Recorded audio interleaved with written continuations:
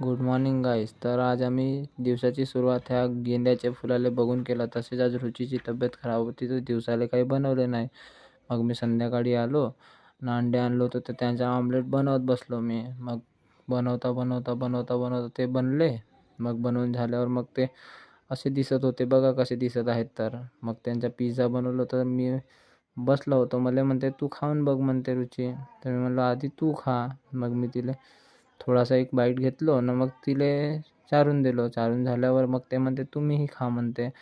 मग तिने एक बाईट उचलला माझ्यासाठी. मग मलाही दिला, पण मी पण खाल्लो मग थोडासा. मग अंडे पण उकडून झालेले होते. मग ते अंडे शिरलो मग आम्ही बसून दोघे.